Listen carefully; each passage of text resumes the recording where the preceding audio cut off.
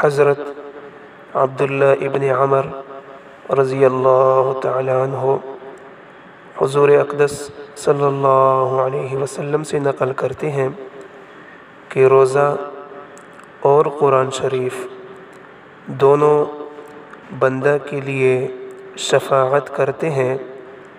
روزہ عرض کرتا ہے کہ یا اللہ، میں نے اس کو دن میں کھانے پینے سے روکے رکھا، میری شفاعت قبول کیجیے۔